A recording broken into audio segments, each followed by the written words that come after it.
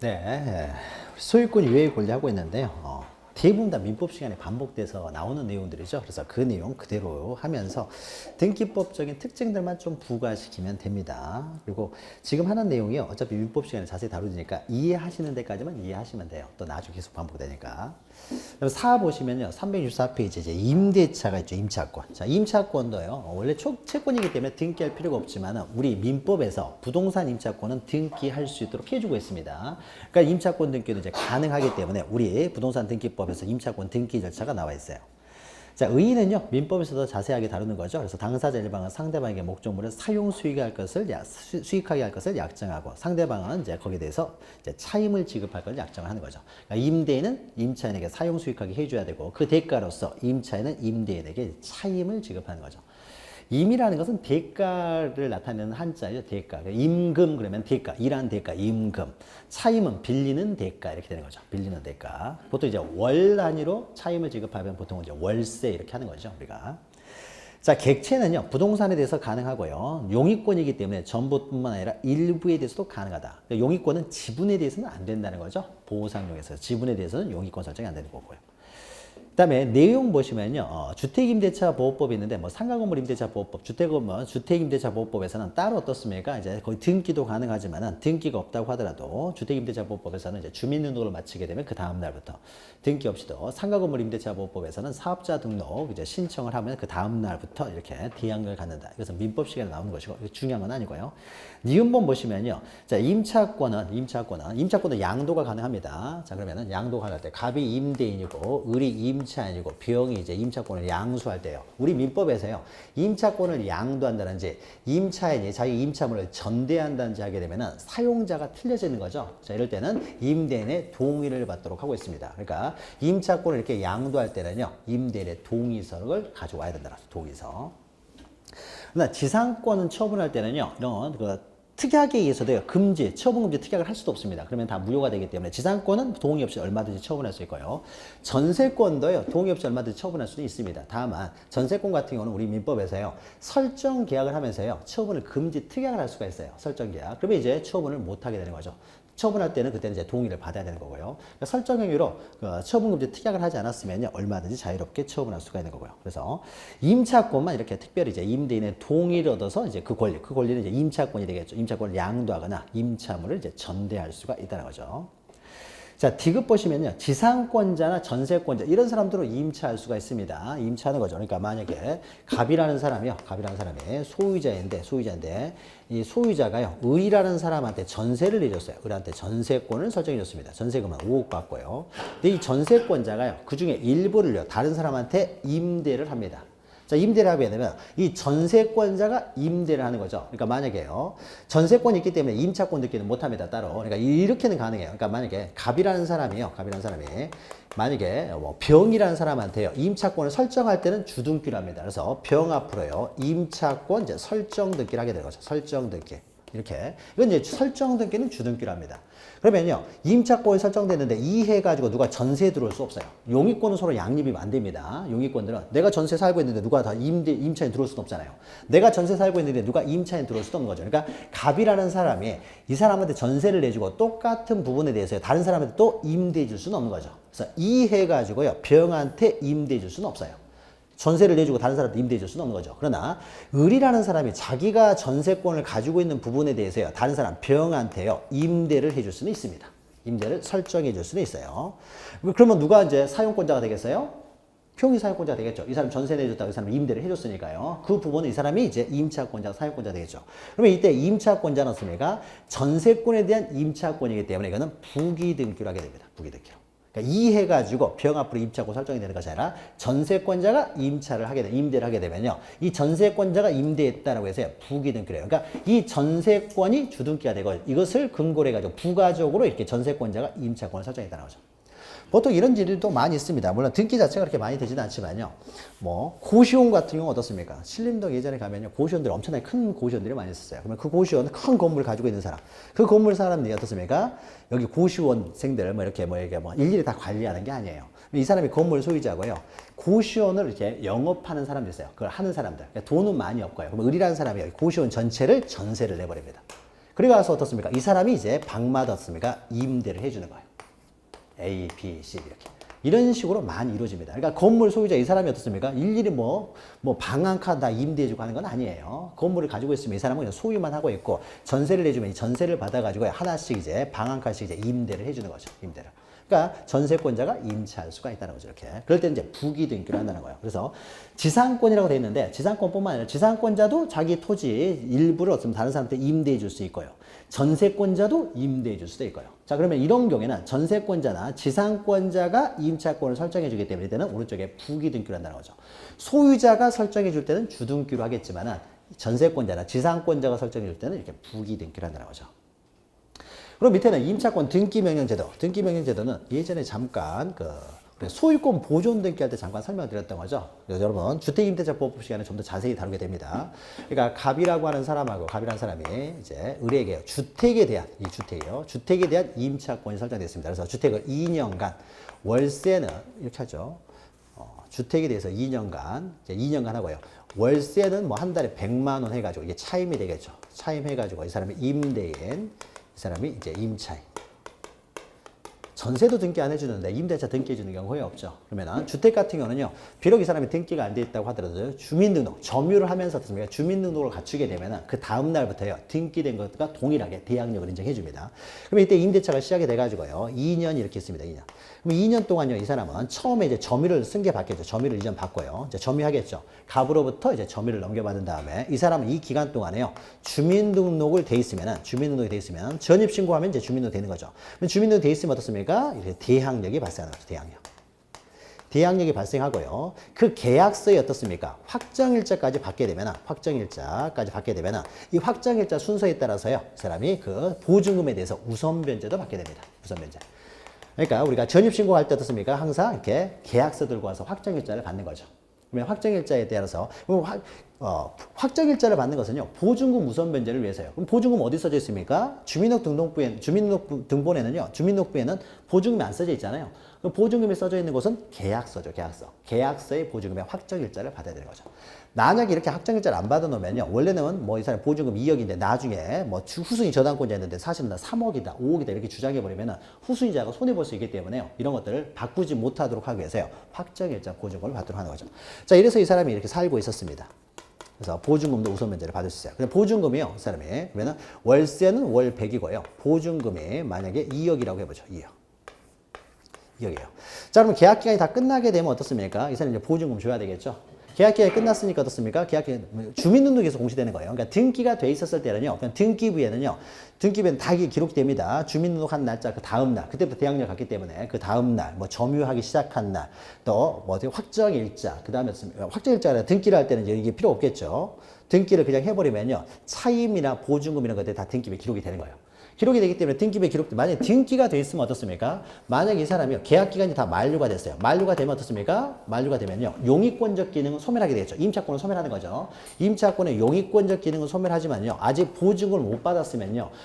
만약 등기가 돼 있으면요. 보증금을 받을 때까지 보증금에 대해서 어떻습니까? 등기가 돼 있으면 이 사람 경매할 수 있어야 되겠죠. 그러니까 담보권적 기능은 그대로 살아 있습니다. 그래야 경매를 할 수 있는 거죠. 그러니까 마치 전세권 등기하고 똑같다고 보시면 돼요. 임차권이 등기가 되면은 전세권 등기하고 동일하다. 그래서 기간이 만료되면은 임차권의 용익권적 기능은 사라지지만은 경매를 하기 위해서 등기는 그대로 살아 있어야 되기 때문에요. 담보권적 기능을 위해서 등기는 살아 있습니다.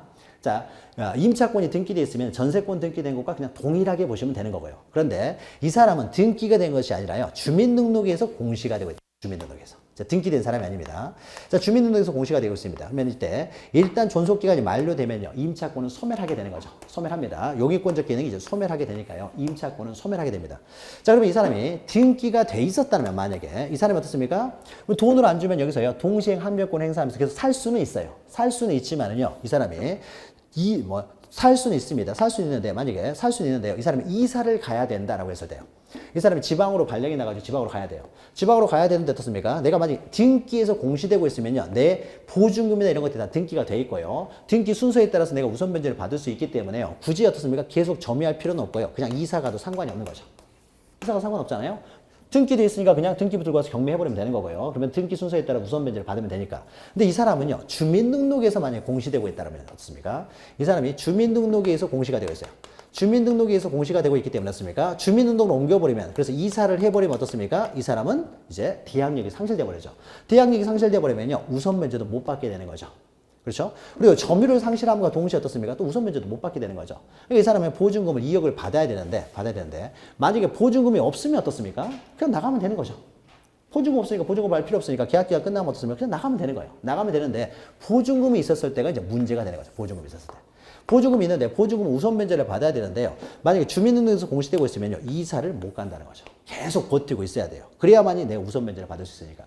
그러니까 너무 불쌍하잖아요. 지방으로 어떻습니까? 보증금 못 받아서 지방으로 이사를 못 간다는 거죠. 자, 그러니까 어떻습니까? 이런 사람들을 구제해 주기 위해서요.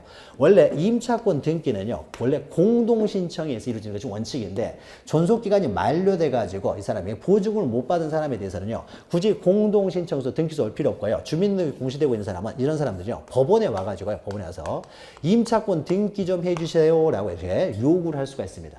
존속기간이 다 만료돼가지고 이사를 가야 되는데 이사를 못 갑니다. 그러니까 등기 좀 해주세요라고 해서 법원에요, 임차권 등기 좀 해주세요라고 하는 임차권 등기 명령을 신청할 수가 있습니다. 명령을. 혼자서 신청하는 거예요. 혼자서. 그러니까 이 사람은 이렇게 하면 되겠죠. 임대차 계약서하고 내가 보증금 준거하고 어떻습니까? 존속기간 만료됐다는 거, 이런 거 다 사정을요, 다 서류 들고 가가지고요, 임차권 등기 좀 해주세요라고 명령을 신청하게 되면은 법원에서 알았다 딱 하고 해가지고요, 법원에서 등기관에게 촉탁을 합니다. 받아주게 되면은 법원에서 촉탁을 하는 겁니다. 촉탁을 해가지고요, 야, 등기관에게 너 빨리 이거 등기 좀 해줘라라고 하는 거죠. 그럼 등기관이요, 법원의 촉탁을 받아가지고 등기를 합니다.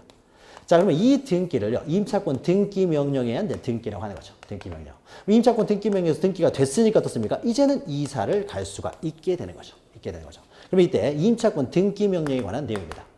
자, 그러면요, 일단 우리가 임대차는 차임이 없는 임대차는 존재할 수가 없어요. 만약 차임이 없이 공짜로 사용해버리면요, 사용대차가 됩니다. 무상계약이 돼버리고요, 이건 임대차라고 하지 않아요. 사용대차가 되기 때문에 임대차에 있어서는 차임이 반드시 있어야 됩니다. 그러니까 임대차 계약을 했을 때는요, 임차권 만약에 이때 존속기간 동안에 이루어지는 만약에 등기였다면, 만약 이때 등기가 됐다 그러죠. 임차권 등기가 되면 이 등기부에 반드시 기록해야 될 것이 뭐냐면요, 차임을 기록해야 돼요. 차임을. 근데 임대차에서도 보증금이 없는 임대차 가능하죠. 보증금 없이 월세만 낼 수도 있잖아요. 그러니까 임차권 등기를 할 때요, 차임은 필요적으로 기록을 해야 되지만은 보증금 없는 임대차가 있기 때문에 보증금은 기록하지 않아도 돼요. 그러니까 존속기간 동안에 이루어진 일반적인 등기, 요 등기에서는요, 일반적인 등기, 임차권 등기를 만약에 임대인이 해줬으면요, 여기는 어떻습니까? 차임은 반드시 기록을 해야 되지만은 보증금은 반드시 기록할 필요가 없다는 거죠. 없어요. 그런데 요 등기는 좀 다릅니다. 요 등기는.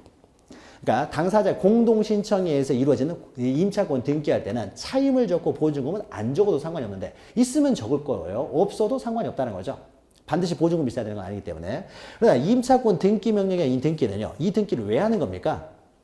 보증금 받기 위해서 등기를 하는 거죠. 만약에 차임만 있고 보증금이 없으면 그냥 나가면 되는 거잖아요. 그러니까 이 사람은 차임을 여기는 적을 필요가 없죠. 이 사람은 이사 갔으니까 월세 안 줍니다. 그렇죠?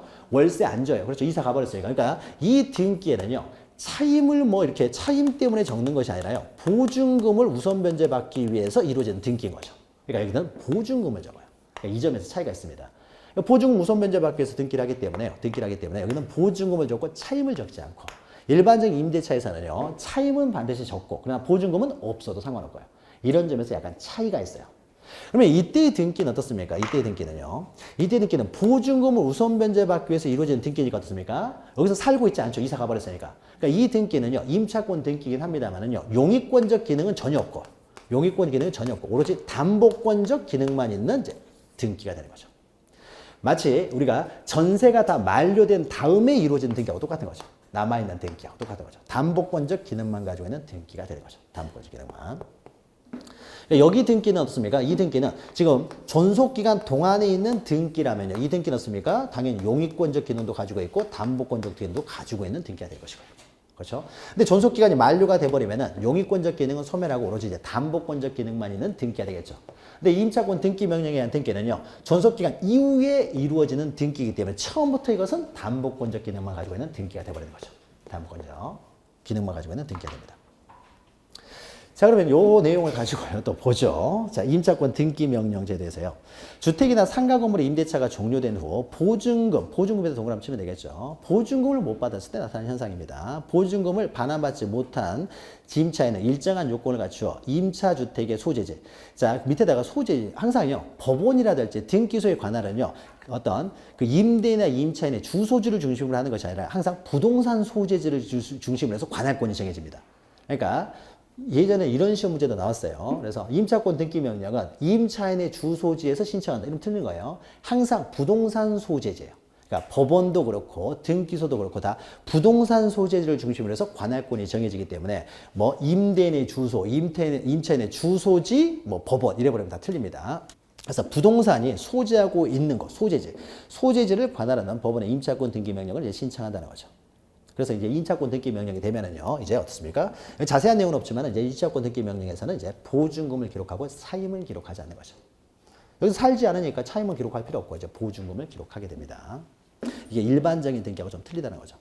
자, 그러면 5번 보시면요, 임차권도요, 이전할 수가 있다고 했습니다. 임차권도요, 을이라는 사람이 갑의 동의를 얻으면 이전할 수가 있어요. 동의를 얻으면 이전할 수 있습니다. 그러니까 이 존속기간 동안에도 어떻습니까? 존속기간 동안에도 갑이라는 사람이요, 이렇게 갑의 동의를 얻으면 을이라는 사람이 병한테 임차권을 이전할 수가 있는 거죠. 그러면 임차권 이제 이전 등기를 합니다. 임차권 이전 등기는 이제 부기 등기를 하겠죠. 소유권 이외의 권리 이전 등기니까 부기 등기를 하게 되겠죠. 그래서 이전 등기를 하게 됩니다. 근데 만약에요, 이 등기를 기초로 해서는 이전 등기가 가능하지만은 임차권 등기 명령에 의해서 이루어진 등기요. 그러면 이 등기가 됐다는 것은요, 존속기간 이미 만료가 됐다는 거잖아요. 임차권은 소멸한 이후에 이루어지는 등기죠. 임차권은 소멸한 이후에 오로지 보증금 우선 변제를 받기 위해서만 이루어지는 등기예요. 그러니까 이것은요, 임차권이 소멸된 이후에 이루어지는 등기이기 때문에 이 등기를 기초로는 이전 등기를 할 수가 없다는 거죠. 이전 등기를. 임차권 이전할 수 없죠. 임차권이 이미 소멸했기 때문에. 또 만약에 임차권 존속기간이 만료된 이후에요, 아직 보증금을 못 받아가지고 어떻습니까? 등기만 남아있습니다. 이것도 어떻습니까? 이 등기를 기초로는 이전을 못하는 거죠. 임차권이 이미 소멸했으니까. 자, 그 이야기입니다. 자, 보죠. 임차권 이전 등기에서요, 임대차의 존속기간이 만료. 자, 존속기간 만료 동그라미 치고, 이런 경우가 임차권 등기 명령. 동그라미 치고요. 이 두 가지는 어떤 경우입니까? 다 임차권은 다 소멸한 상태라는 거죠. 지금은 위에다가 임차권 소멸이라고 쓰면 됩니다. 임차권은 소멸됐다는 거죠. 일단 존속기간이 만료가 되면은 이 등기는 오로지 우선 변제를 받기 위한 등기일 뿐입니다. 그래서 일단 임차권은 소멸했기 때문에요. 자, 그래서 이 등기를 기초로 해서는 밑에 있죠. 임차권 이전이랄지 임차물 전대 등기를 할 수가 없다는 거죠. 임차권이 이미 소멸했기 때문에. 자, 임차권 등기에 관한 내용이고요. 이것 이외에도요. 그러면은 민법에서 이제 주택임대차보호법 시간 자세히 다루게 됩니다. 그러면 이렇게 이 등기가 돼가지고 이사를 갔어요. 이사를 갔으니까 이 집은 어떻습니까? 지금 비어 있겠죠. 그러면 이 비어 있는 집에요, 임대인 갑이라는 사람이요, 여기 A라는 사람을 서로 또 임차인을 드렸습니다. 드릴 수 있겠습니까? 필요수가 드릴 수 있는 거죠. 근데 이 사람이요, 소액 임차인이요. 우리가 여러분 주택임대차보호법 시간 보면은 소액 임차인은 항상 최우선 변제를 받습니다. 일정한 금액에 대해서는. 그러면 얘가 소액 임차인이 들어오게 되면 이 사람도 어떻습니까? 그러면 최우선 변제를 받느냐? 이런 경우는 최우선 변제를 받게 해서는 안 되겠죠. 만약 이 사람이 최우선 변제를 받아버리면요, 저 을이라는 사람이 이사를 못 가는 거잖아요. 그러니까 이사를 못 가게 돼버리니까 그러면은 임차권 등기 명령을 받은 의미가 없어지는 거죠. 따라서 임차권 등기 명령에 의한 등기가 되고 그 다음에 비워져 있는 이 건물에서는 소액 임차인이 들어올 수는 있지만 이 사람은요, 얘보다 우선 변제를 못 받는다는 거죠. 그래 버리면은 임차권 등기 명령을 하는 의미가 없으니까요. 이런 것들이 이제 여러분이 주택임대차보호법 시간에 배웁니다. 자, 그러면 임차권에 대해서는 전체적인 내용 이렇게 정리하시고요. 자, 그 다음에 이제 저당권이 있죠. 자, 가장 중요한. 우리 시험에서는요, 용익권 등기에서도 한 문제 정도 나오고요. 저당권 등기에서도 또 한 문제 정도 나옵니다. 한 문제 정도. 자, 저당권은, 자, 의 보면요. 의는 여러분 민법에서 더 자세히 다루는 거죠. 그래서 채무자 또는 제3자, 물상보증인이 저당권 설정할 수 있죠. 아들이 은행에서 돈을 빌리는데 어떻습니까? 보통 저당권자는 대부분 다 은행이니까요. 은행에서 돈을 빌리는데 어떻습니까? 아버지 집을 담보로 은행에서 돈을 빌린다는 거죠. 그러니까 아버지가 물상보증이 되겠죠. 돈을 빌리는 채무자는 아니고요. 채무자는 아들이고요. 그러니까 채무자가 자기 부동산을 담보로 저당권을 설정할 수도 있지만은 채무자 아닌 제3자가 저당권을 설정할 수도 있다는 거죠. 제3자는 우리는 물상보증이라고 하는 거죠. 자, 채무자 또는 물상보증인이 채무 담보로 제공한 이제 부동산, 기타 목적물에 점유가 이전되지는 않죠. 계속 점유하면서. 저당권자는 점유를 하지는 않죠. 자, 점이 이전 없이 그 제공자의 사용에 맡겨두고 채무자가 변제기에 이제 변제가 없는 경우에는 그 목적물을 이제 경매에서 우선 변제를 받을 수 있는. 여기서 우선 변제라면 되겠지만 밑에 경매 쓰면 되겠죠. 그래서 경매. 그러니까 경매할 수 있는 권리가 결국 이제 저당권이죠. 그러니까 저당권자 넣습니까? 사용 수익은 않지만요. 돈 못 받으면요. 물건을 팔아버릴 수가 있다는 거죠. 자기가 경매 팔아버릴 수 있다. 즉 처분해 버릴 수가 있다는 거죠. 그러니까 처분할 수 있는 권능만 가지고 있죠. 사용 수익권 없고. 자, 객체 보시면요. 저당권이 대상이 되는 거 부동산 전부 됩니다. 전부 되고요. 그다음 공유 지분, 지분도 된다고 했죠. 그러니까 보상용을 배하고는 지분이 매매가 가능하면 지분이 경매가 가능하고 경매가 가능하면은 저당권도 가능하다는 거죠. 저당권은 결국 경매하는 권리이기 때문에 농경지도 가능합니다. 농경지도요. 농경지, 농지가 안 되는 건 전세권뿐입니다. 그리고 동일 부동산에요. 이중으로 설정. 그러니까 1번 저당권, 2번 저당권 가능하다는 거죠. 이게 용익권과 다른 거죠. 1번 전세, 2번 전세 이게 안 되지만은 저당권은 1번 저당, 2번 저당이 가능하다는 거죠. 그러나 오른쪽에요. 저당권의 대상이 되지 않는 거에서요. 부동산의 특정 일부는요. 소유할 수가 없다는 거죠. 그러니까 소유할 수가 없다. 그러니까 매매가 안 되기 때문에 당연히 경매도 안 되고 경매할 수 없는 것은 당연히 저당권 설정이 안 되겠죠. 자, 그다음에 이제 오른쪽에 보시면 여러분이 민법 시간에 공부하는 내용들이 쭉 나옵니다. 자, 저당권은요. 저당권은 소유자가 저당권을 설정할 수도 있고요. 그러면 갑이라는 소유자가 어떻습니까? 이 소유권자가 만약에 뭐 A은행에서 돈을 빌리면서 A 앞으로 씁니까? 저당권을 이제 설정을 하고요. 3억을 빌린다라고 하게 되면은 이때는 어떻습니까? 주등기로 합니다. 주등기로. 근데 만약에 A라는 사람이요. 이 집에요. 전세권자가 들어왔습니다. 전세금이 3억이고요. 전세권자요. 근데 A 전세권자 뒀습니까? 전세담보대출을 받을 수 있어요?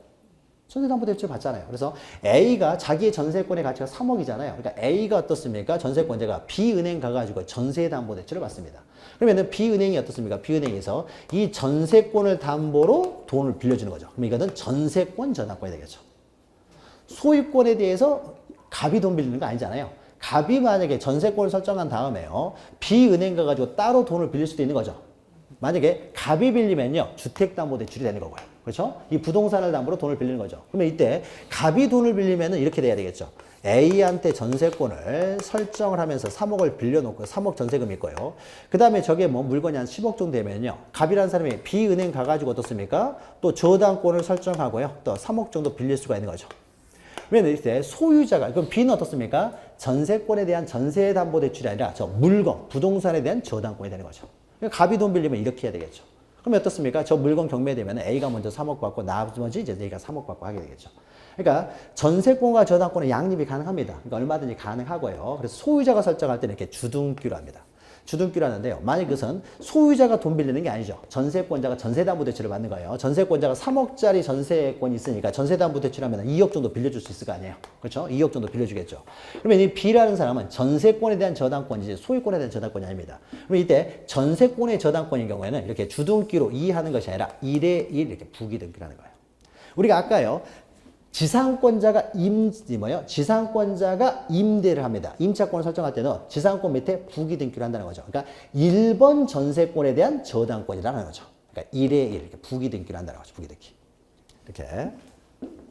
자, 그러면 이렇게 전세권자나 전세권뿐만 아니라 어떻습니까? 지상권자도 저당권 설정할 수 있어요. 지상권은 전세권보다 가치가 더 높아요. 그렇죠?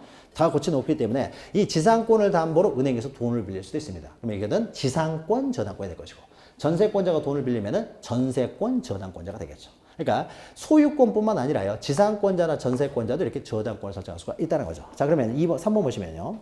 저당권 설정 등기를 신청하는 경우에 그 권리의 목적이 소유권자일 수도 있고요. 소유권자일 수 있고 소유권 이외의 권리일 때도 있습니다. 그러면은요. 저당권 설정 등기를 할 때요. 이제 저당권 설정 등기를 할 때 소유자 아무 말도 없으면요. 소유권에 대한 저당권 설정 등기로 봅니다. 그러니까 신청서에요. 이것이 소유권에 관한 저당권 설정입니다 할 때는요. 소유권이라는 말은 안 써도 돼요. 안 써도. 그러니까 부동산 등기부에 지금 부동산에 대한 저당권이기 때문에 소유권이다 이런 거 쓸 필요가 없습니다. 그런데 전세권자가 저당권 설정할 때는요. 이건 전세권에 대한 저당권입니다. 이거 권리 표시해 줘야 된다고 하죠. 표시를. 아무 말도 없으면 그냥 소유권에 대한 저당권이 돼버리기 때문에 소유권 이외의 권리를 목적으로 할 때는요. 이 권리라는 것은 이제 지상권이나 전세권을 표시하라는 거죠. 소유권 이외의 권리에 대해서 전세권, 저당권이 가능한 것은요. 소유권 이외의 권리 중에서 저당권이 가능한 것은 지상권, 전세권 뿐입니다. 그러니까 지상권, 전세권 뿐이기 때문에요. 그러니까 지상권이나 전세권 표시를 하라는 것이죠.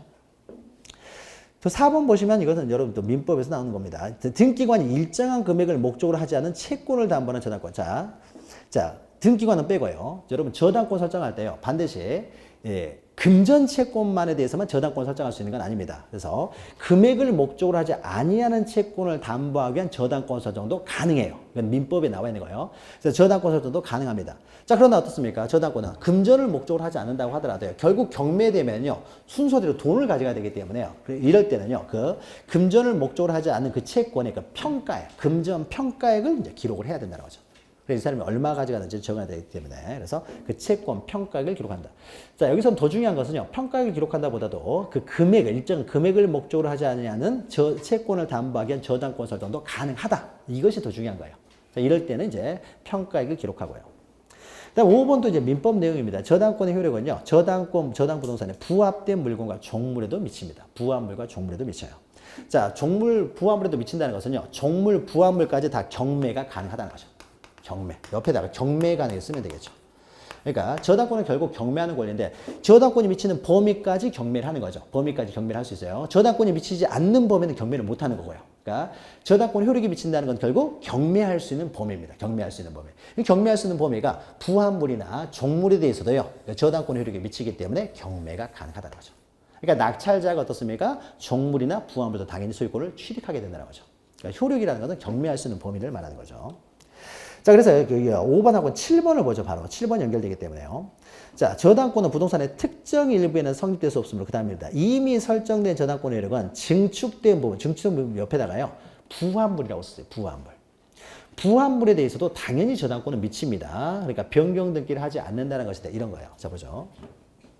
만약에 어떤 건물에 대해서 이게 2층 건물이다. 갑이 소유하고 있는 2층 건물이요. 이게 음식점 영업을 하는 건물이에요. 음식점이요. 그러니까 뭐 소고기 팔고 음식점이 있습니다. 자, 음식점 이 건물을 담보로 은행으로부터요. 저당권을 설정하고요. 그다음에 뭐 한 5억을 빌렸다고 해보죠. 저당권 설정하고 5억을 빌렸어요. 근데 장사가 좀 잘 돼가지고요. 한 층을 더 증축을 했습니다. 증축을 했어요. 자, 그러면요. 이거는 두 개의 건물이 있습니까? 하나의 건물이 있습니까? 하나의 건물이라는 거죠. 이건 어떻습니까? 이것하고 연속되는 거잖아요. 그러니까 이런 것들을 이제 증축된 부분은요, 기존에 있는 건물에 부합이 되는 거예요. 그러니까 전체적으로 어떻습니까? 이거는 하나의 건물이 되고, 이 3층 부분은요, 1, 2층의 일부가 돼버린다는 거죠. 그러니까 전체적으로 이거는 아까는 2층 건물에 하나가 있었던 것이요. 이제는 3층 건물 하나가 존재하는 겁니다. 그럼 이걸 이제 부합됐다고 하는 거예요. 그러니까 이 건물의 이제 일부가 돼버렸다는 거죠. 증축 부분은 부합이 되는 겁니다. 그러면 저당권 어떻습니까? 부합물에도 당연히 효력이 미친다는 거죠. 그러면 의뢰하는 사람은요, 경매를 할 때 2층까지만 경매하는 것이 아니라 3층 전체를 다 경매할 수가 있다는 거죠. 그러면 이거 낙찰받은 사람이 없습니까? 낙찰을 받게 되면 낙찰을 받은 사람은 3층 전부에 대해서 낙찰이 이루어지는 거죠. 이것은요, 독립적인 물건이 아니기 때문에요. 이것은 없습니다. 따로 소유할 수도 없다는 것이죠. 소유할 수가 없기 때문에 전체가 다 낙찰이 되는 거죠. 자, 그러면 이때요. 그러면 건물은 이거는 건물이기 때문에 건축물 대장에 등록이 되겠죠. 그러면 원래 2층짜리였는데 어떻습니까? 3층짜리로 바뀌었기 때문에요. 건축물 대장이 어떻습니까? 변경 등록이 되겠죠. 변경하는 등록이 되겠죠. 건축물 대장에 변경이 등록이 되면 어떻습니까? 이 건물 등기부 표제부도 어떻습니까? 바뀌어지겠죠. 그러니까 등기부에 어떻습니까? 등기부에 표제부도 바뀌게 되겠죠. 등기부 표제부에도 어떻습니까? 변경 등기를 하게 될 거 아니에요. 변경 등기. 자, 그러면은 등기부 표제부에 이렇게 변경 등기를 하게 되면요. 이제 전체가 이제 건물이 바뀌었으니까 변경 등기를 하게 되겠죠. 그럼 등기부 표제부에 변경 등기만 하게 되면요. 저당권은 당연히 전체에 대해서 미치는 것이지 질층 증축했다고 해서 이 저당권 파트에서 여기 어떻습니까? 저당권에 또 변경 등기. 이거는 3층에까지 미친다라는 변경 등기를 할 필요는 없다는 거죠. 당연히 여기에서 미친다는 거죠. 미치기 때문에 표제부에 변경 등기만 하면 되는 것이지, 예, 건물 등기부 표제부에 변경 등기만 하면 되는 것이지, 이 저당권이 원래 2층까지 미쳤는데 3층까지 미칩니다라고 변경 등기를 할 필요는 없다는 거죠. 당연히 3층까지 미치니까요. 자, 요 내용입니다. 그래서 자, 증축된 부분에 대해서 저당권이라는 건 당연히 미치기 때문에요. 여기 변경 등기는 위에다 써요. 저당권 변경 등기를 할 필요가 없다는 거예요. 증축된 부분에 대해서 어떻습니까? 여기는 표제부는 바꿔야 되겠죠. 표제부는 바꿉니다. 표제부 변경 등기를 해야 될 거 아니에요. 2층이 3층으로 바뀌었으니까. 그러나 저당권 변경 등기를 할 필요는 없다는 거죠. 저당권 변경 등기.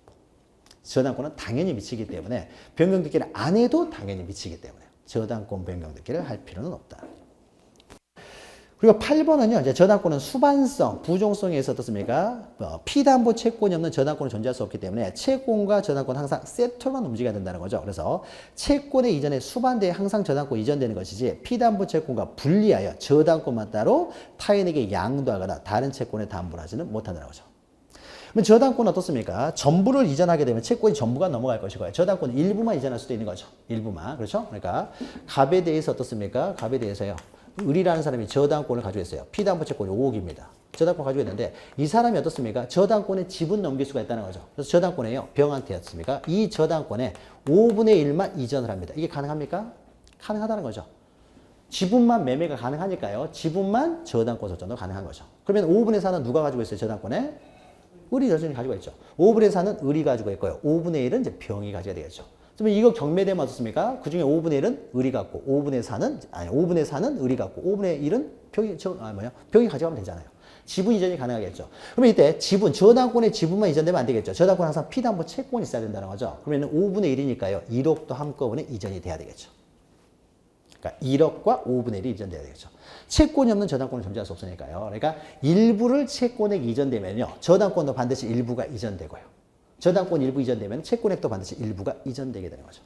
그러니까 전세권은 이런 게 안 됩니다. 원칙적으로. 그러니까 존속기간 내에는요. 존속기간이 만료가 됐을 때는 어떻습니까? 이게 가능한 거고요. 근데 저당권은 원래 이게 가능한 것이고요.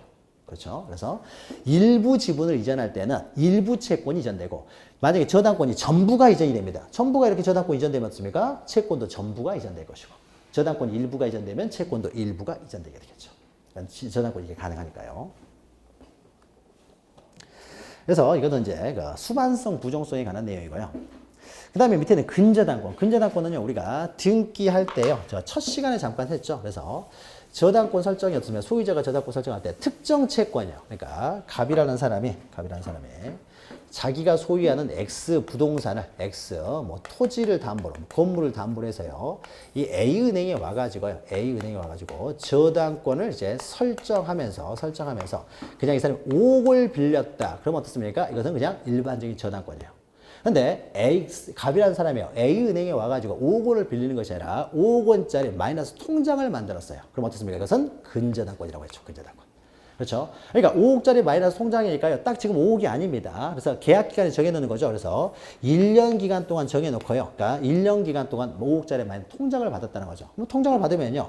갑의 통장 잔고는 플러스일 수도 있습니다. 플러스 있다가 마이너스일 수도 있고 다시 플러스가 될 수도 있고 다시 마이너스가 될 수 있는 거죠. 그럼 어떻습니까? 이때 1년이 지났을 때 이때는 얼마가 될지 모르는 거죠. 그러니까 장래 얼마가 될지를 모르는 이 채권을 담보로 저당권을 설정하면 근저당권이 되는 거죠. 다만 근저당권을 설정할 때는요. 마이너스 한도액은 적어놓는다는 거죠. 이 사람이 우선 변제를 받을 수 있는 최고 한도액. 그래서 마이너스 5억까지. 그래야 어떻습니까? 후순위 저당권자가요. 이 선순위 저당권자가 최고 어디까지 가져가는지를 알아야 또 저당권을 설정할 수가 있는 거죠. 그렇죠? 후순위자가 알 수 있도록요. 만약 이걸 적어놓지 않아 버리면 어떻습니까? 무한대가 돼버릴 테니까 후순위 저당권자가 생길 수가 없잖아요. 그러니까 마이너스 한도액은 적어놓는다는 거죠. 마이너스 한도액. 그러니까 마이너스 한도액이 뭡니까? 이 사람이 우선 변제를 받을 수 있는 채권 최고액이 되는 거죠. 채권 최고액. 채권 최고액만 잡는 거죠. 그러니까 이 사람이 우선 변제를 받을 수 있는 채권 최고액이 5억까지라는 거죠. 이것이 마이너스 한도액하고 똑같은 거죠. 그러니까 마이너스 통장 만들면 채권 최고액만 적고 어떻습니까? 저당권을 설정하면 이것이 이제 근저당권자가 되는 거죠. 자, 그러면 의 보시면요. 근저당권이란 계속적인 거래 관계로부터 장래 증가한 변동한 얼마가 될지 몰라요. 채권액은. 그렇죠? 얼마. 이때는 어떻습니까? 채권액이 0이에요. 0이라고 하더라도 저당권은 소멸하지 않는다는 거죠. 0이라도 소멸되지 않고요. 이때 오히려 플러스예요. 통장 잔고가. 그러면 내가 이자를 받는 시간이죠. 이래도 저당권은 소멸하지 않는다는 거죠. 기간을 정해가지고. 자, 장래 증가함되는 다수의 불특정 채권. 그러니까 뺐다 썼다 하는 거잖아요. 계속. 그러니까 다수의 어떻습니까? 채권 채무 관계가 생기는 거죠. 결산기에 이제 이때 1년이면 1년 결산기에 일정한 한도에서 담보하는 게 채권 최고이죠. 담보하는. 그러니까 5억 범위 내에서 이것이 3억이 되면 어떻습니까? 이제 3억만 우선 변제 받는 것이고. 2억이 되면 2억만 우선 변제 받는 것이고 이렇게 되는 거죠. 그러다 마이너스 7억이 됐다고 하더라도 7억까지 우선 변제를 못 받는 거죠. 이때는 5억까지만 우선 변제를 받는 거죠. 근데 은행에서 마이너스 한도액이 5억이면요. 7억이 인출이 안 되죠. 인출이 안 되죠. 은행이 절대 손해보는 일은 절대 하질 않으니까요. 그러니까 여기는 어떻습니까? 이 마이너스 한도액 5억이라는 것은요. 이건 뭐예요? 이자가 포함되어 있죠. 이자는 중간중간에 빠져나가잖아요. 그러니까 이자 포함돼서 한도액이 되는 거죠. 그러니까 근저당권에 있어서는 따로 이자를 기록하잖아요. 이자도 당연히 포함돼가지고 5억으로 보는 거니까요. 자, 그러면요, 이때 신청 정보의 기록사항 해가지고, 옆에다 이자 쓰세요. 그러니까 근저당권에서는 따로 이자를 적지 않습니다. 이자가 당연히 채권 체계에 포함되기 때문에 이자를 따로 적지 않아요.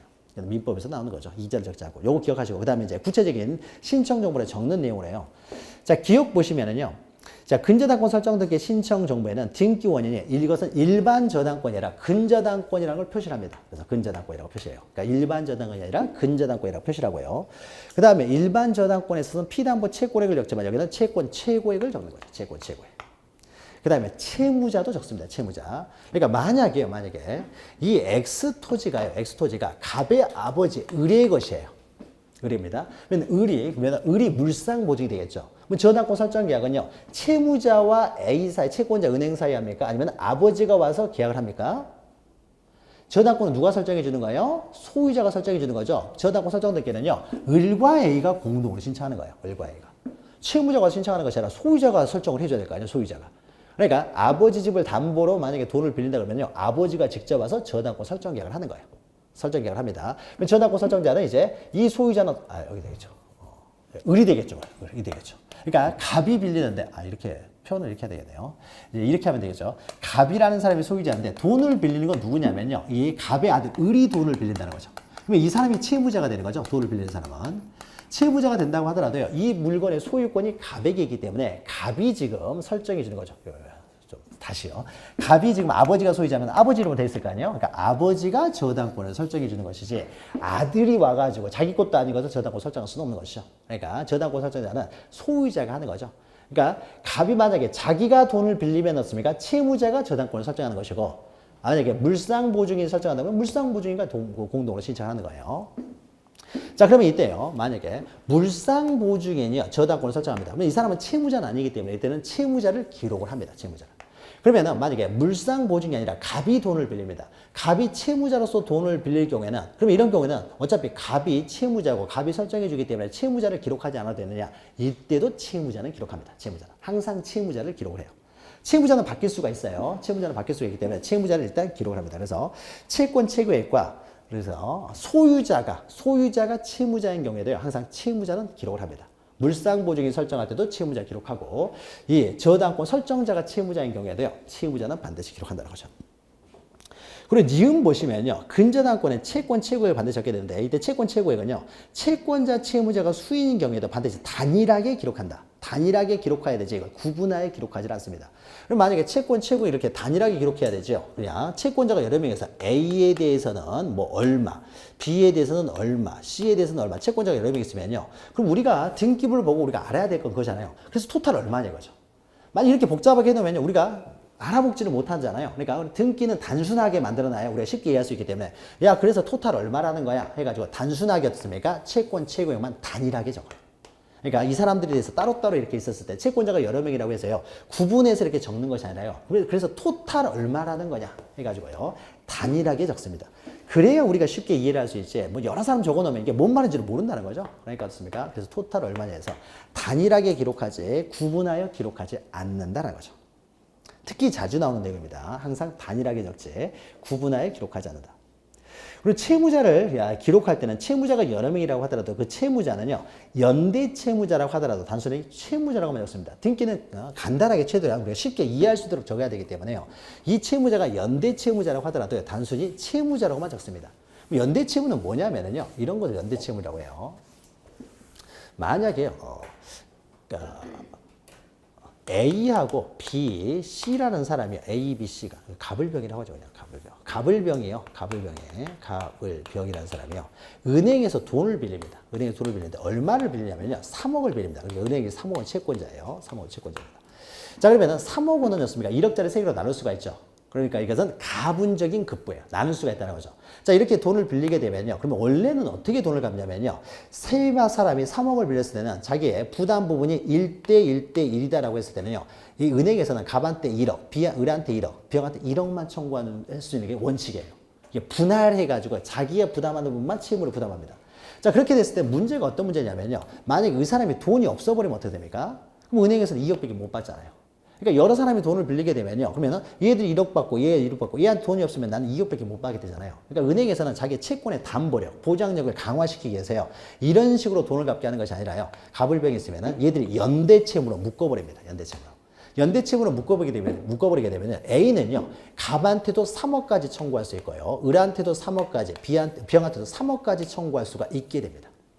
그렇다고 해서 9억을 받는 것이 아니라요. 3억까지 가능하다는 거죠. 예를 들어 3억까지. 그러니까 이 사람이 돈이 없을 때요. 돈이 없으면 어떻게 되냐. 갑이 돈이 많아요. 그럼 갑한테 3억을 다 받아내버릴 수가 있다는 거죠. 그리고 만약에 이 사람이 돈이 없다는 것은 너희들이 알아서 하라는 거죠. 너희들이. 그러면 이 사람이 돈이 없으면요. 갑이 3억을 다 받았기 때문에 병한테 쓰면 원래 이렇게 되겠죠. 병한테 1억 받고 을한테 1억 받아야 되는데 을이 돈이 없어요. 그럼 5천만 원씩 나눠서 부담을 해야 되겠죠. 그러니까 이런 무자력자가 생겼을 때요. 니들이 부담하는 거고 나는 일단 3억을 다 받겠다는 거죠. 이게 연대채무예요. 그러니까 연대채무가 되면요. 그 채의 3억 그러니까 분할해서 이 사람들이 부담하는 것이 아니라 3억을 빌려줬으면요. 각자에게 다 3억까지 청구할 수가 있게 되면 이걸 연대채무라고 합니다. 그러면 갑이라는 사람도 없습니까? 3억을 빌렸을 때는요. 자기의 부담금이 1억이라고 하더라도 갑은 A한테 없습니까? 3억까지 책임을 져야 되는 거죠. 그런데 연대채무를 하면서요. 다 빌려줬는데 이 사람 세 사람이 다 돈이 없어 버릴 수도 있는 거죠. 그럼 은행에 돈 못 받게 되잖아요. 그러니까 은행에서는 세 사람을 연대채무로 묶었다고 하더라도 세 사람이 다 돈이 없을 수도 있기 때문에 담보를 요구를 하는 거죠. 담보를 요구하는데 다행히 갑이라는 사람은요. X라는 부동산을 가지고 있어요. 토지를 가지고 있는데 이게 시가가 한 5억 정도 된다고 하는 거죠. 그럼 어떻습니까? 갑에 대해서만요. 저당권을 설정을 해달라고 하는 거죠. 저당권. 그럼 이제 X 토지에 대해서 갑에 대한 저당권 설정 듣기를 하겠죠. 그럼 설정 듣기를 하게 되면요. 갑이 소유하는 토지에 대해서요. A라는 사람이 이제 저당권이 이제 설정이 되겠죠. 그럼 이제는 채무액을 얼마를 기록해요? 1억을 기록하는 것이 아니라 3억을 기록하겠죠. 3억을. 그럼 이때 채무자를 적을 때는요. 갑은 어떻습니까? 갑은 연대 채무자잖아요. 연대 채무자라고 하더라도 굳이 연대 쓸 필요 없이 그냥 채무자라고만 적는다는 거죠. 어차피 채무자로도 3억 부담하는 거고 3억을 줬기 때문에 그래서 여기서 A라는 사람은요. 원래는 여기죠. 이제 채무자를 적겠죠. 여기다 채무자는 여기다 채무자는 갑을 적게 될 텐데 이때 갑은요. 앞에 여기다 연대라고 쓰지 않아도 상관없다는 거죠. 그러니까 연대를 쓰지 않는다는 거죠. 괜히 쓰면 어려운 말 들어가게 되면요. 우리가 혼란이 생길 수가 있기 때문에 채무자 이 갑이라는 사람이 A한테 3억 빌리면서 저당권이 설정돼 있구나. 똑같잖아요. 똑같은 거죠. 이렇게만 적는다는 거죠. 간단하게 적는다는 겁니다. 그래서 채무자가 연대 채무자라고 하더라도 그냥 채무자로만 기록해도 상관이 없으니까 그냥 보기 좋게 채무자로만 기록을 한다는 겁니다. 자, 이런 하나하나가요, 다 시험 문제에 나오는 내용 지문들이기 때문에 이제 나중에 계속 반복하기 때문에 여기 있는 내용만 그냥 이해만 하시면 돼요. 지금 현재 이해하면은 두 번째, 세 번째 볼 때도 이해를 계속 반복하다 보면요, 이제 쉽게 우리가 이해할 수 있으니까요. 자, 그럼 여기까지만 하고 밑에 근저당권의 이전 변경특기 넘어가고요. 생략하고요. 362페이지 보시면 표를 보죠. 표를 지금 설명을 드릴 겁니다. 지금까지 했던 내용은 이제 종합적인 내용이 들어가 있으니까요. 표를 보고 설명을 드리죠. 표를. 마지막으로요. 그러면 여러 가지 우리가 지금까지 배웠던 그 권리들에 관한 이제 내용이 나오는데 먼저 맨 위에 보시면요. 이제 합필이 있고 밑에 이제 일부가 있죠. 합필은요. 합병을 등기법에서는 합병이라고 합니다. 그러니까 우리가 지적법에서는 합병 이러는데 등기법에서는 합필 이렇게 표현해요. 동일한 의미다라고 하는 거죠. 그럼 두 번째 일부를 먼저 보죠. 일부. 자, 그러면 지상권, 지역권, 전세권, 임차권은 앞에다가 부동산이라고 써요. 부동산 일부. 자, 부동산 일부에 대해서 어떻습니까? 용익권은 가능하다는 거죠. 일부 앞에다 부동산이라고 써요. 부동산 일부는 용익권은 가능합니다. 그러면 용익권은 가능하지만요. 저당권은 안 된다고 하죠. 부동산 일부는 사고 팔 수가 없다. 매매가 안 되니까 경매가 안 되는 것이고요. 그러나 일부만 사용하는 건 상관이 없다. 그래서 부동산 일부는 용익권은 가능하다. 용익권은 가능하죠. 그런데 다만 일부를 할 때는 어떻습니까? 가능하고 도면을 가져오라는 거죠. 도면을. 일부 어디서부터 어디까지 도면 가져오라고 했죠. 그러나 저당권은 안 되고요. 자, 그러면 일부가 가능하면요. 밑에 있는 위에 있는 합필의 개념을 알 수가 있어요. 자, 보죠. 갑이라고 하는 사람이 두 필지를 소유하고 있어요. X필지와 Y필지 두 필지를 소유하고 있습니다. 그래서 여기는 100번지고요. 여기는 101번지 두 필지가 가지고 있습니다. 자, 이 Y필지에 대해서만요. 을이라는 사람에게요. 전세권이 설정되어 있습니다. 전세권이 설정됐어요. 자, 전세권이 설정되어 있는 상태에서요. 갑이라는 사람이요. 소유자가 동일해서 두 필지를 합병을 합니다. 자, 합병을 하니까 어떻습니까? 이거는 100번지가 되겠죠. 100번지가 돼요. 자, 그러면은 을이라는 사람은 이 토지에 대해서 전부에 대해서 전세권을 가지고 있다가 이제는 어떻습니까? 100번지 토지의 일부의 전세권이 되는 거죠. 이 사람의 전세권은 여기까지니까요. 그러니까 원래는 101번지 전부에 대한 전세권이 어떻습니까? 이제는 100번지 토지의 일부에 대한 전세권이 되는 거잖아요. 자, 전세권은 일부에 대해서 가능합니까? 가능하죠. 일부에 대해서 가능하다고 했죠. 그러니까 이것을 합병한다고 해서 우리 손해보는 일이 전혀 없습니다. 그렇죠? 그렇죠? 그러니까 전세권뿐만 아니라 지상권도 마찬가지가 되겠죠. 임차권도 마찬가지가 될 것이고요. 그래서 이 중에 둘 중에 한 필지 어떻습니까? 전세권이 설정되어 있을 때는 이거 합병한다고 해서 우리 손해보는 일이 없어요. 그러니까 이건 합병이 가능해요. 그래서 보시면 합필해 가지고요. 그다음 어떻습니까? 용익권은요. 일부에 대해서 가능하기 때문에 합병이 가능하다는 거죠. 합병이. 합필해도 상관없습니다. 그런데 만약에 을이라는 사람이 여기에 대해서요. 저당권을 가지고 있다고 해요. 저당권. 자, 일부에 대해서요. 저당권. 이것을 이렇게 하면 헷갈릴 수 있으니까 요거를요. 여기를 100번지라고 하고요. 상관은 없는 겁니다. 여기가 100번지고요. 여기가 101번지라고 해보죠. 자, 그러면 이렇게 하면 좀 더 편할 수 있죠. 어차피 똑같은 거예요. 똑같은 거죠. 그러니까 100번지 전부에 대한 저당권, 전세권이었습니까? 합병을 했을 때 100번지 일부에 대한 전세권 가능하기 때문에요. 합병을 한다고 해서 우리 손해가 없어요. 그런데 저당권이 설정됐을 때는 이야기가 다릅니다. 저당권이 설정됐으면요. 이 100번지 룰이 저당권을 어떻게 해요? 경매를 할 수가 있었죠. 근데 만약에 갑이라는 사람 두 개를 합병을 해버려요. 그럼 경매할 수 있습니까, 이거? 경매 못하겠죠. 경매 못하니까 이 저당권은 말소돼버려요. 자, 그러니까 어떻습니까? 이 소유자가 어떻습니까? 저당권을 말소시켜서 합병을 해버리면요. 이 사람이 손해를 주는 거잖아요. 그러니까 이럴 때는 합병을 못하는 거예요. 합병해버리면 저당권자가 손해를 주는 거잖아요. 손해. 그러니까 이런 경우에는 합병을 할 수가 없어요. 그러니까 한 필지 일부에 대해서는 저당권이 설정될 수가 없기 때문에 경매를 할 수가 없어서 저당권 설정할 수 없기 때문에 이래버리면 합병을 해버리면 을에게 손해를 주기 때문에 이런 경우는 합병을 못해요. 다시 말해서 저당권 첫 번째 맨 오른쪽 보시면요. 한 필지에 만약에 저당권이 설정되어 있다면요. 이건 합병을 할 수가 없습니다. 그러면 마찬가지예요. 한 필지만 저당권뿐만 아니라 한 필지만 가등기가 되어 있다. 한 필지만 압류가 되어 있다. 다 똑같은 겁니다. 합병을 해버리면요. 한 필지 일부에 대해서는 본등기도 못해요. 소유권 취득하지 못하니까. 그러니까 이런 경우는요. 다 합병을 못하게 되는 거예요. 그러니까 용익권만 일부에 대해서 가능하기 때문에 용익권이 설정되어 있을 때만 합병을 해도 상관없어요. 이 사람 손해를 주지 않기 때문에. 자, 요 내용입니다. 그러니까 부동산 일부에 대해서 되느냐 안 되느냐고 연결되는 거죠. 일부에 대해서 되면은 합병도 가능하지만 일부에 대해서 안 되는 등기는요. 합병을 해버리면 이 권리가 소멸되기 때문에 합병을 못하게 막아야 되겠죠. 합병이 안 된다는 거죠. 그다음 세 번째 지분은요. 앞에 권리라고 쓰시면 됩니다. 권리의 일부죠. 권리의 일부. 지분은 어떻습니까? 지분을 매매할 수 있고 매매면 경매할 수 있고 경매할 수 있으니까 저당권은 가능하다는 거죠. 그러나 지분에 대해서 용익권은 안 된다는 거죠. 용익권은. 그래서 지분에 대해서 권리의 일부에 대해서는 용익권은 안 된다. 그 다음 밑에 도로가 있는데요. 그러니까 하천이 있죠. 하천 옆에 도로라고 쓰셔야 돼요. 그러니까 도로나 하천도 이제 하천에 대해서 되는 것이 나와 있는데 자, 이것은요. 자, 이거 보죠. 원래 하천이 이렇게 있습니다. 하천이 이렇게 있어요. 원래 하천입니다. 여기가 하천이 있는데요. 여기에 갑이라는 사람이 소유하는 X 토지가 있었어요. 근데 하천이 범람을 해가지고 여기까지 하천이 돼버렸어요. 그러니까 전부가요. 물이 안 빠집니다. 전체가 다 하천이 돼버렸다는 거죠. 그러면 X 토지는 뭐가 돼버렸습니까? 하천이 돼버렸죠. 그러면 이때 하천이 됐다고 해서 갑이 소유권을 잃게 되느냐? 그렇진 않아요. 하천도 개인이 소유할 수가 있습니다. 하천도 소유할 수 있어요. 그러니까 이 사람이요. 하천도 어떻습니까? 갑이 소유는 할 수 있어요. 자, 소유권이 가능하면 소유권 이전도 가능하다는 의미가 되겠죠. 이전이 가능하다. 매매가 가능하면 경매도 가능하겠죠. 그러니까 저당권도 가능해요. 하천에 대한 저당권도 가능합니다. 그런데 내 위에 지금 내 토지에 지금 물을 흐르고 있잖아요. 그러면 갑이라는 사람이 내 토지에 물이 있네요. 이걸 다 퍼버릴 수는 없겠죠. 그렇잖아요. 그러면 하천물 다 퍼버리는 것이 되겠죠. 그러니까 이 사람이 마음대로 사용은 못해요. 그러니까 용익권은 제한됩니다. 용익권은. 그러니까 이 사람은요. 하천이 돼버리면요. 내가 소유할 수는 있어요. 그러나 이걸 내 마음대로 사용은 못해요. 그러니까 사용권이 이제 제한이 돼버립니다. 그러니까 사용을 할 수가 없는 것이니까 사용권을 설정해주는 용익권 설정은 당연히 할 수가 없는 거죠. 사용을 못하기 때문에. 그러니까 하천과 도로는요. 저당권은 된다는 거죠. 저당권은. 소유할 수가 있기 때문에. 저당권은 되지만은요. 내가 마음대로 사용은 하지를 못합니다. 그러니까 용익권 설정도 안 된다는 거죠. 하천과 도로는 이런 특징이 있습니다. 그 다음에 이중으로 가능하냐에 있어서는 어떻습니까? 일반적인 용익권 다 이중은 안 되지만은 지역권만 이중으로 가능하다는 거죠. 지역권은 이중, 그러니까 비베타적 공용도 성질이니까. 저당권도 1번 저당권, 2번 저당권이 가능하니까요. 이중으로 가능한 것이죠. 이중으로 가능합니다. 하필과 관련해서 하나만 더 설명드리면 이게 좀 더 깊이 들어가는데 지역권과 관련돼서 우리가 보죠. 이런 걸 좀 한번 생각해 보죠. 지역권은 좀 복잡합니다. 만약에요, 갑이 두 필지를 소유하고 있어요. 근데 옆에 99번지가 있었어요. 99번지가. 근데 이건 을이 소유합니다. 그래서 Z라는 필지가 있는데요.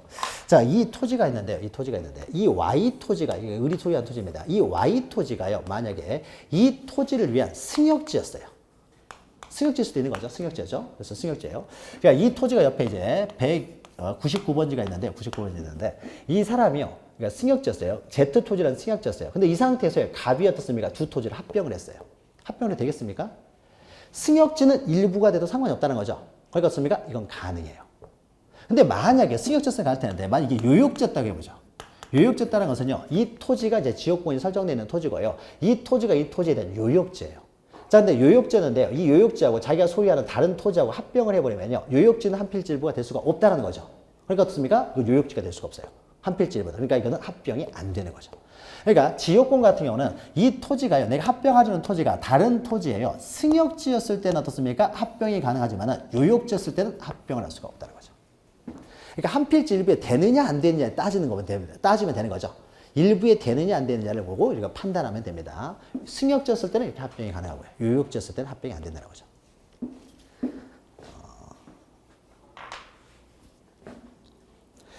이제 거의 끝나갑니다. 이제. 그 다음 밑에 이중해가지고 그 밑에 농지 있죠. 농지는요, 오로지 전세권만 안 돼요. 우리 민법에서 전세권만 금지하고 있으니까 전세권 안 될 것이고요. 그 다음에 밑에 구분은요, 그냥 넘어가셔도 되고요. 그 다음에 대가와 관련돼서 지료 있는데, 자, 지상권에 있어서는요, 지료가 없는 무상이 가능합니다. 그러니까 지상권 등기할 때는요, 이 지료가 반드시 적을 필요는 없습니다. 그러니까 이건 임의적 사항이에요, 임의적. 필요적 사항이 아니라는 거죠. 그러니까 등기부에 기록이 안 돼 있으면 이건 무상이 돼버리는 거죠. 유상 무상이 가능하기 때문에 등기부에 없으면 무상이 됩니다. 그러니까 신청 정보에 반드시 필요적으로 기록해야 할 사항이 아니라 임의적 사항이 된다. 임의적 사항. 그렇죠? 임의적 사항이에요. 그러니까 무상이 가능하기 때문에 밑에다가요, 이건 임의적 사항이라고 쓰시면 돼요. 임의적 사항. 필요적 사항이 아니라는 거죠. 지료 없는 지상권은 가능하기 때문에 필요적 사항이 아니다. 그러니까 등기부에 기록될 필요적 사항도 아니고, 그러니까 따라서 신청서에 기재될 필요적 사항도 아니다라는 거죠. 임의적 사항이 됩니다. 지역권도 어떻습니까? 유상 무상이 가능해요. 그러니까 지역권에 있어서 어떻습니까? 이거는 지료, 토지 사용료는요, 임의적 사항이 되는 거죠. 반드시 필요적 사항이 아닙니다. 밑에도 이렇게 쓰면 돼요. 자, 지료는 그 대가를 말하는 거죠. 대가가 지상권에 있어서는 이건 임의적 사항이고, 지역권도 임의적 사항이에요. 전세권은 어떻습니까? 전세권은요, 반드시 전세금이 있어야 되는 거죠. 그러니까 전세금은 필요적 사항이에요. 그러니까 유상 옆에다가 전세금이라고 적고요. 이거는 필요적 사항이죠. 전세금은. 전세금은 필요적 사항이죠. 전세금. 전세금은 이것은 임의적 사항이 아니라 전세금은 반드시 있어야 되기 때문에 이거는 필요적 사항. 밑에다가 필요적 사항. 유상 옆에다 전세금이라고 적고요. 이건 필요적 사항이다라는 거죠. 그렇게 쓰면 되겠죠. 등기부에 반드시 기록돼야 될 필요적 사항. 그러니까 유상, 무상을 나누는 것은요, 여기에 이제 실익이 있는 겁니다. 이거는 필요적 사항이다. 등기부에 반드시 기록해야 되고, 등기부에 기록될 사항이니까 신청서에도 반드시 기록돼야 될 필요적 사항이 되는 거고요. 그 다음에 오른쪽에 임차에서 넣습니까? 이것도 차임 반드시 있어야 되는 거죠. 임대차도 유상이기 때문에, 그럼 임대차 등기할 때는요, 차임이 어떻습니까? 밑에 차임이라고 쓰시고요. 이것도 필요적 사항이 되는 거죠. 차임 쓰신 다음에 밑에 필요적 사항이 이렇게 쓰면 됩니다. 물론 임차권 등기명령에 의한 등기는 좀 뒤바뀌어 버리지만요. 우리가 일반적인 임차권 등기는 차임이 필요적 사항이 되는 거죠. 차임이. 그 다음에 오른쪽에 저당권에는요. 그냥 있습니다. 피담보 채권이라고 쓰세요. 저당권은 피담보 채권이 있어야 되잖아요. 그러니까 전세권에서 전세금과 동일한 의미를 갖는 피담보 채권액 이렇게 쓰면 돼요. 이것이 필요적 사항이 되는 거죠. 필요적 사항. 그래서 피담보 채권액 쓰신 다음에 이것도 필요적 사항 이렇게 쓰면 되죠. 필요적 사항. 우리가 등기 절차와 관련돼서 중요한 거기 때문에 우리가 신청서에 반드시 적어야 되는 것이냐, 등기부에 반드시 적어야 되는 것이냐, 요걸 구별하는 게 중요한 것이기 때문에요. 등기와 관련돼서는. 그래서 전세금, 그 다음에 차임, 그 다음에 저당권에서 피담보 채권액은 필요적 사항이다. 그러나 지상권이나 지역권에 있어서 지료라든지 그 사용료 이런 것들은 임의적 사항이다. 무상이 가능하기 때문에. 필요적 사항이냐, 임의적 사항이냐. 요것만 좀 기억하시면 되고요. 자, 그 다음에 이전요. 만약에 지상권을 이전한다는, 저당권을 이전할 때는요. 자, 부기등기 형식으로 이전한다고 했습니다. 소유권 이전 등기는 주등기지만 소유권 이외의 권리 이전 등기는 이제 부기등기가 되겠죠. 자, 그러면 이때요. 그러니까 앞에서 했던 거죠. 만약에 전세권 설정이 이렇게 돼 있는 상태에서요. 이 저당권 설정이 되어 있는 상태에서 저당권을 이전합니다. 그러면 1의 1 부기등기로요. B에게 이전. 이렇게 쓰면 어떻습니까? 이 사람이 등기 권리자, A가 등기 의무자가 됩니다. 그러면 등기 의무자가 지금 소유자입니까? 소유자 아니죠. 소유자 아니니까 이때는 A의 인감증명 필요 없죠. 그러니까 갑이 A한테 저당권을 설정할 때는 갑이 등기 의무자 소유자이기 때문에 갑의 인감증명이 필요하지만은 저당권 설정할 때는 갑의 인감증명이 필요하지만요. A가 B한테 소유권 저당권을 이전할 때는 A의 인감증명은 필요 없다. 등기 의무자가 소유자가 아니기 때문이죠. 인감증명을 제출하지 않고요. 소유자 동의 필요 없지만 임차권만 동의가 필요한 거죠. 동의가. 그리고 그 밑에 보시면요. 거의 첨부정보에서 동그라미 3번 보죠. 방금 했던 건데. 자, 소유권에 관한 소유자가 이건 거죠. 소유자가 설정할 때는 소유자의 인감증명이 필요하다는 거죠. 3번 보시면 이거죠. 그러니까 소유자가 설정할 때는 소유자의 인감증명. 여기서 인감증명은 소유자의 인감증명이 필요한 것이고 이 권리를 이전할 때는 이 사람의 양도인의 인감증명이 필요 없는 거고요. 그래서 소유자. 아주 짧게 돼 있기 때문에 몇 가지만 보는 거예요. 자, 밑에 있는 내용은 그냥 3번, 이것도 그래 아주 중요한 것은 아니고요. 쭉 내려가시고 해서 맨 밑에서 8번하고 9번만 보죠. 8번하고 9번만. 나머지 내용은 뭐 아주 중요한 내용은 아니에요. 8번 보시면 아까 공동담보, 그러니까 만약 저당권의 목적이요. 아까 만약에 갑이라고 하는 사람이 X 토지하고 Y 건물 두 개를 담보를 A은행에서 돈을 빌리면 이건 공동저당이 됩니다. 2개 이상의 물건을 담보로 잡기 때문에. 자, 그러면요. 이 사람이 10억을 빌려주면서요. 10억을 빌려주면서 X 물건은 12억짜리고요. 그 다음에 Y 물건이 8억짜리예요. 두 개를 담보로 잡았습니다. 하나는 좀 부족할 것 같아가지고. 그래서 A라는 사람이요. 만약에 결국 갑이 돈을 못 갚아가지고 A라는 사람이 이제 경매를 합니다. 경매를 해서 동시에 배당이 되면요. 비율로 배당이 돼요. 여기서 6억 배당이 되고 여기서 이제 4억 배당이 됩니다. 비율로 배당이 되는 거예요. 그러니까 여기서 비율로 배당이 되니까 X 부동산에 대해서는 어떻습니까? 그러면 후순위 저당권자가 만약에 을이라는 사람이 돈을 빌릴 때 얼마까지 돈을 빌릴 수가 있는가요? 6억까지 빌려도 상관이 없는 거죠. 그렇죠? 이런 것들을요, 이렇게 알도록 하기 위해서요, X 부동산에 대한 후순위 저당권자가 과연 얼마까지 빌려줘야 되느냐. 만약에 이 저당권, 공동저당 듣기를 할 때요, X에만 적어 놓고요, P담보 채권 10억만 적어 놓고요, Y에 대한 표시가 안 돼 있으면요, 공동저당 표시가 안 돼 있으면 을은 어떻습니까? 2억밖에 못 빌려줄 거 아니에요?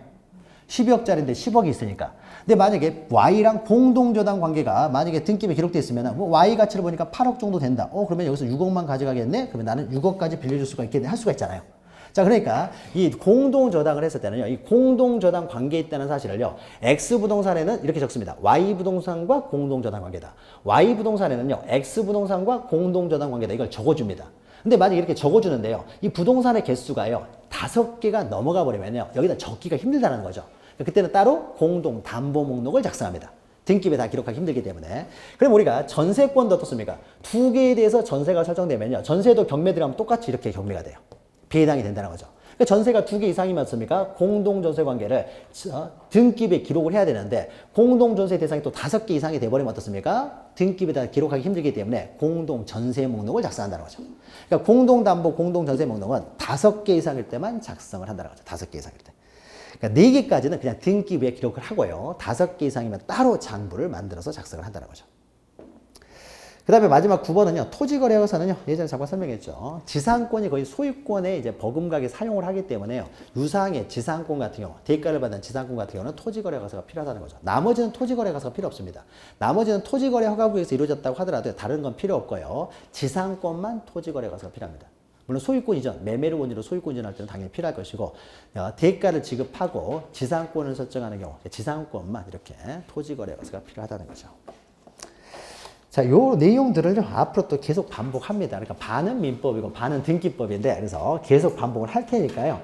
그러니까 우리가 3장, 매매를 원인으로 소유권 이전 등기 할 때요, 많은 내용을 다뤘어요. 그러니까 반복되고 있죠. 그러니까 그 부분이 이제 가장 중요한 내용이라는 거죠.